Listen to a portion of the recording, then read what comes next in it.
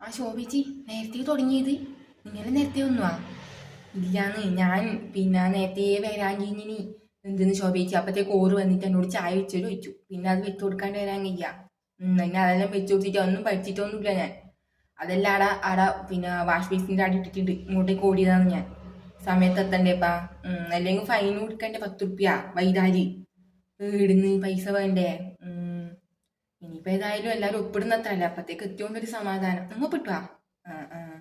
ആ എന്നാ ഞാൻ ഒപ്പിട്ടിട്ട് ഒരു മിനിറ്റ് പിന്നില്ല ശോഭേച്ചി നമ്മുടെ കാര്യം അറിഞ്ഞിട്ടേ നമ്മളാ മാത്തൂട്ടിലെ രമണിയില്ലേ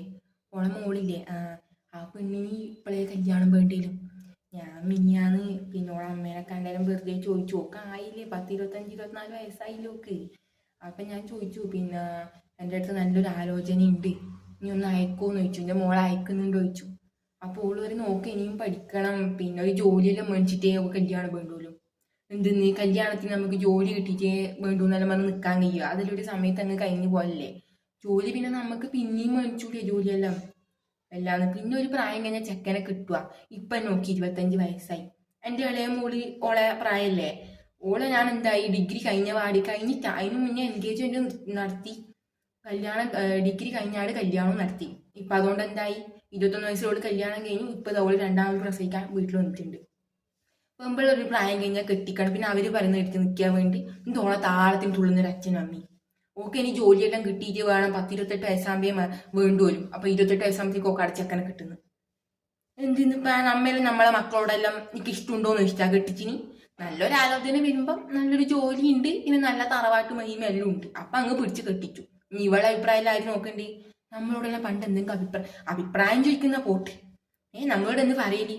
നിന്നെ ഇന്ന ചെക്കൻ നാളെ കാണാൻ വരും അടുത്ത ആഴ്ച കല്യാണം നമുക്ക് എന്തെങ്കിലും പറയാൻ കഴിയുക അല്ല ഇപ്പത്തെ പിള്ളേർ അങ്ങനെയല്ല ഇപ്പൊ കാലം മാറി എന്നാലും അതെ എന്നാലും അവർ ഇഷ്ടം നോക്കി തന്നെ കെട്ടിക്കുന്നത് എന്നാലും ഈ 25 വയസ്സെല്ലാം അങ്ങനെ കെട്ടാണ്ടിരിക്കാൻ കഴിയുക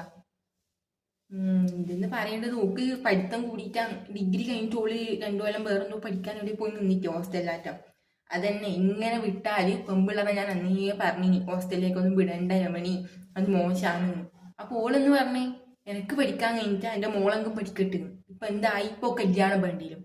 എവിടെയെങ്കിലും എന്തെങ്കിലും ഉണ്ടാവും ഇമ്മല പ്രേമോ ചുറ്റിക്കളി അല്ലാണ്ട് 25 വയസ്സിലൊന്നും ആരും നിൽക്കുകയും ചെയ്യില്ല ഇത് നമ്മളെ വീട്ടിലൊന്നും പെമ്പിള്ളേരുണ്ടായിട്ടേ ഇവിടെ എൻ്റെ മൂത്ത മോളെ ഞാൻ 18 കഴിഞ്ഞപാട് കിട്ടിച്ചു അതുകൊണ്ട് ഇപ്പൊ എന്തായി